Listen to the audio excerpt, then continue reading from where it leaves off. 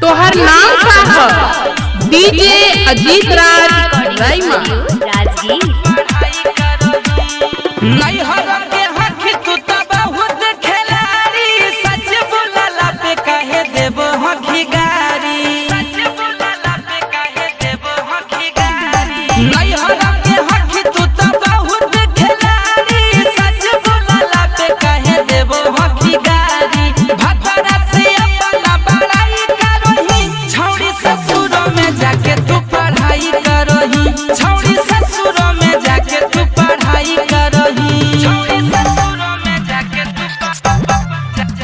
तोहर नाम का है?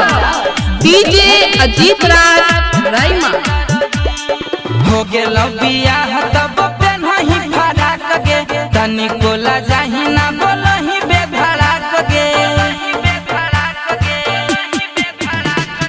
हो गेल बियाह तब पेन्हही फराक गे तनी कोला जाही ना बोलही बेधड़ाक गे। रहेले शौकीन में लड़ाई करही छौड़ी ससुर में जाके तू पढ़ाई करही। छौड़ी ससुर में जाके तू पढ़ाई करही। तोहर नाम का है? डीजे अजीत राज राइमा भसुरा के हाथ में धराब हो खिंचाएगे पियावा बरून के करही बाए बाए गे। भसुरा के हाथ में धराब हो खिंचाएगे पियावा बरून के करही